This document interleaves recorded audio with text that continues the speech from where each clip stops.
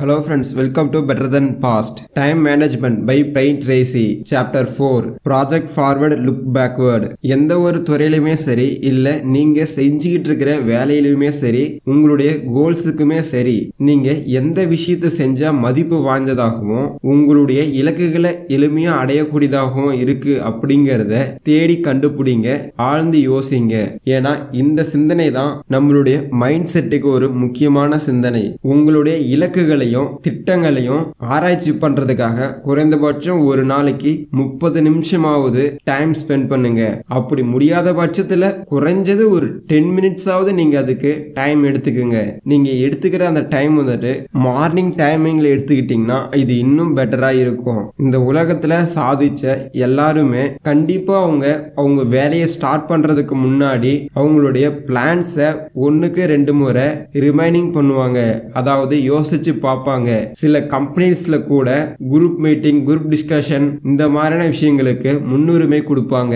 ஏன்னா அந்த டைம்ல தான் நம்ம திட்டங்களை பத்தி யோசிக்கிறதுக்கு சரியான நேரமா இருக்கும். சோ நீங்க இண்டிவிஜுவலா உங்களுடைய கோல்ஸ் அச்சீவ் பண்ணணும்னு நினைக்கிறீங்கன்னா கண்டிப்பா நீங்க உங்களுக்கு அந்த டைமை கொடுத்துக்கணும். சில நேரங்கள்ல வர சின்ன சின்ன யோசனைகள் கூட பல மணி நேரத்தை நமக்கு மிச்சப்படுத்தி தரக்கூடியதா இருக்கும்.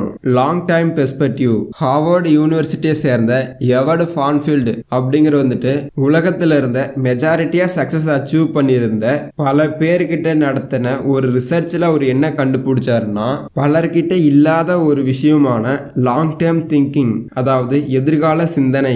2-3-5 இயர்ஸ்க்கு அப்புறமா உங்களுடைய லைஃப் எப்படி இருக்கணும், உங்களுடைய கோலை எப்படி நீங்க அச்சீவ் பண்ணிருக்கணும் அப்படிங்கறத சில மணி துளிகள் நீங்க நேரத்தை ஒதுக்கி அதை யோசிக்க வேண்டியது ரொம்பவே அவசியமான ஒண்ணு. ப்ரீவியஸ் சாப்டர்ல பார்த்த மாதிரியே உங்களுடைய கோல்ஸ் அச்சீவ் பண்ணா உங்களுடைய நிலைமை எப்படி இருக்கோ, உங்க ஃபேமிலியோட நிலைமை எப்படி இருக்கும், இந்த நாட்டுக்கு அதுல இருந்து என்ன பெனிஃபிட் கிடைக்கும் அப்படிங்கறதெல்லாம் நீங்க அதுல திங்க் பண்ண வேண்டியது ரொம்பவே அவசியம். அதே போல உங்களுடைய லாங் டேர்ம் கோலை அச்சீவ் பண்றதுக்கு அது உங்களுக்கு உதவி செய்யுமா அப்படிங்கறதையும் யோசிக்க வேண்டியது ரொம்பவே அவசியம். Make better decision in the present. நீங்க உங்களுடைய எதிர்கால திட்டங்களை சரியா வகுத்ததுக்கு அப்புறமேட்டு உங்களுடைய பிரசன்ட் லைஃப்ல இருந்து பாஸ்ட் லைஃபுக்கு கொஞ்சம் போங்க. அங்க நீங்க என்ன தவறுகள் செஞ்சீங்க, இனிமே நீங்க எதை செய்யக்கூடாது, எது உங்களுடைய வாழ்க்கைக்கு ரொம்பவே முக்கியம் அப்படிங்கறத தெளிவா யோசிச்சு பிரசன்ட்ல அதுக்கு ஏத்த மாதிரி பிளானும் டெசிஷனும் எடுங்க.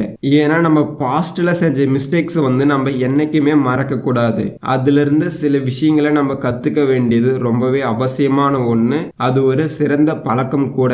நம்ம இந்த புக்ல இருந்து இதுவரையும் நாம எப்படி நம்மளுடைய கோல்ஸுக்கான மைண்ட் செட்டை கொண்டு வரது, அதுல இருந்து எப்படி டைம் மேனேஜ்மெண்ட்டுக்கான மைண்ட் செட்டை கொண்டு வரது, அதுக்கான தீர்மானங்கள், டெசிஷன், அதுக்கான சில பயிற்சிகள் பத்தி நாம இந்த சாப்டர்லயும் இதுக்கு முன்னாடி இருந்த ப்ரீவியஸ் சாப்டர்ஸ்லயும் பார்த்திருந்தோம். சோ இதுக்கு மேல நீங்க எப்படி டைமை மேனேஜ் பண்றது, அதுக்கு எப்படி பிளான் பண்றது அப்படிங்கறத இந்த புக்ல இருந்து பார்க்கலாம். சோ நம்ம நெக்ஸ்ட் சாப்டர் இருந்து டைம் மேனேஜ்மெண்ட் குள்ள இறங்கலாம். இந்த சாப்டர் இதோட கம்ப்ளீட் ஆகுது. Thank you, have A good day. Next சாப்டர்ல சந்திப்போம்.